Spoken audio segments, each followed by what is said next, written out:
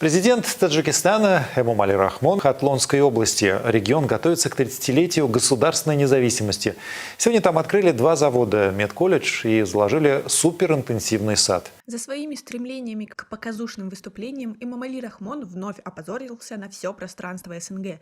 Досмотрите это видео до конца, и вы узнаете, как в Бахтаре одно и то же предприятие ввели в эксплуатацию дважды. Отрадно, что руководство и правительство страны всегда поддерживают нас, предпринимателей, создают все условия для успешной деятельности. Подписывайтесь на наше обновление, чтобы всегда оставаться в курсе событий. Глава Таджикистана Эмомали Рахмон в городе Бахтар принял участие в церемонии открытия предприятия по производству велосипедов и носков. Ровно год назад это же предприятие было открыто премьер-министром Кахиром Расулзода. 24 марта Эмомали Рахмон в ходе рабочей поездки по Хатлонской области, промышленной зоне города Бахтар, дал старт деятельности предприятия по производству велосипедов и носков ООО «Самани Расул». Как сообщает пресс-служба главы Таджикистана, предприятие создано отечественным предпринимателем Расулом Сахибназаровым. Рабочими местами обеспечены 40 местных специалистов. Мощность предприятия составит 10 тысяч различных велосипедов в год. В предприятии имеется цех по производству носков. Там установлены 20 единиц ткацких станков производства Чехии и Южной Кореи.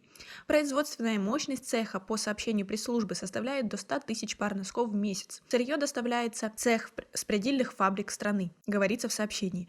Но год назад, 21 марта 2020 года, официальные СМИ уже сообщали о торжественном открытии этого же предприятия. Однако тогда церемония прошла с участием премьер-министра Таджикистана Кахира Расулзода и главы Хатлонской области Курбона Хакимзода.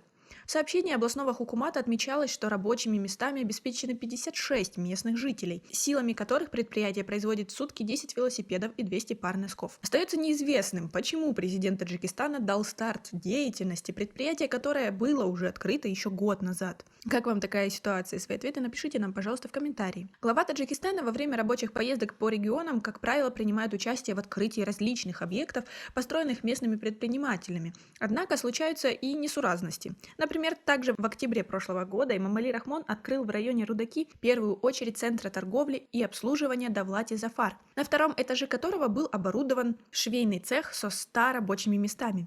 Пресс-служба главы государства опубликовала фотографии женщин в спецодежде за швейными машинами. Эмомали Рахмон, поговорив с женщинами, дал высокую оценку инициативе предпринимателей по обеспечению женщин и девушек постоянными рабочими местами. Однако на следующий день корреспонденты побывали в швейном цехе и обнаружили там пустой зал. О прошедшей накануне торжественной церемонии свидетельствовали лишь плакаты, лозунги и постеры. 3 из женщин-швей на условиях анонимности рассказали, что местные чиновники попросили их надеть фирменную одежду и посидеть за швейными машинами во время открытия главой государства Центра торговли и обслуживания. Как стало известно позже, швейные машины, установленные в новом Центре торговли и обслуживания, принадлежали другому предприятию. Местные власти отсутствие работниц объяснили тем, что сразу же после церемонии открытия женщины были отправлены в отпуск. Но скажите, пожалуйста, зачем эти показательные выступления, ведь них никакого толку. Свои ответы напишите нам, пожалуйста, в комментарии. У нас пока на этом все. Оцените наше видео подпиской и лайком. До скорой встречи.